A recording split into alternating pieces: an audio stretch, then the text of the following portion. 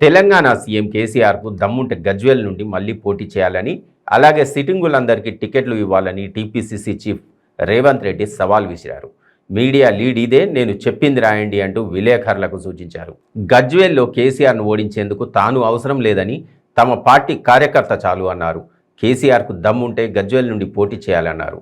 కేసీఆర్ ఎక్కడి నుండి పోటీ చేస్తే తాను అక్కడి నుండి పోటీ చేస్తానని బీజేపీ నేత ఈటెల రాజేందర్ చెప్పారని, ఆయన పోటీ చేస్తారా అడగండి అన్నారు.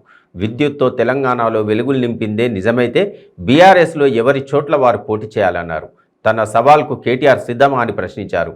కేసీఆర్ స్వప్రయోజనాల కోసం ఏమైనా చేస్తారని ఆరోపించారు.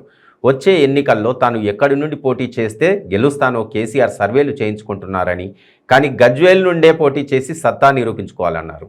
అమలు చేసినామంటూ ఇంకొక సవాల్ విసురుతున్నా. చంద్రశేఖరరావుకు చీమునెత్తురు ఉంటే, ఆయన నాయకత్వ లక్షణాల మీద ఆయనకు నమ్మకం ఉంటే గజ్వేల్ నుంచి ఇప్పుడు పోటీ చేయాలి చంద్రశేఖరరావు.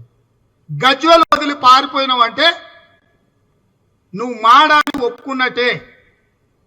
104 మంది సిట్టింగ్ ఎమ్మెల్యేలకు సీట్లు ఇవ్వాలి. నువ్వు సిట్టింగ్లందరికీ సీట్లు ఇస్తున్నావు, నువ్వు ప్రకటన చేయి. నీకు దమ్ముంటే సిట్టింగ్లో 80% ఓడిపోతారని సర్వే రిపోర్ట్లు వచ్చి దిక్కు తెలియక, అందులో చంద్రశేఖరరావు కూడా ఓడిపోతున్నాడు గజ్వేల్లో అని తెలిసి ఇతర అసెంబ్లీలలో సర్వేలు చేపించుకుంటుండు.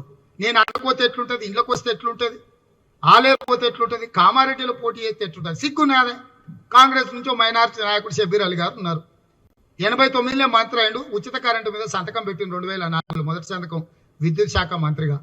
ఒక్క మైనారిటీ ఉంటే సహించవా నువ్వు? సిగ్గుందా నీకు? పోయి ఆ కామారెడ్డిలో నిలబడతాను సర్వేలు చేసి అక్కడ ఉన్న వాళ్ళందరినీ పిలుచుకొని గంప గోవర్ధన్ గంప కింద గమ్మనికే పిలిచిండట. ఎంత కావాలో చెప్పు, సీట్ ఇయ్యను నీకు, నువ్వు నా ఎంబడి ఉండు అని. రెండో సవాలు, గజ్వేల్ నుంచి కేసీఆర్ పోటీ చేయాలి, సిట్టింగ్లందరికీ సీట్లు ఇవ్వాలి. ఇది కూడా రెఫరెండానికి మేము సిద్ధంగా ఉన్నాం. సిట్టింగ్లందరికీ సీట్లు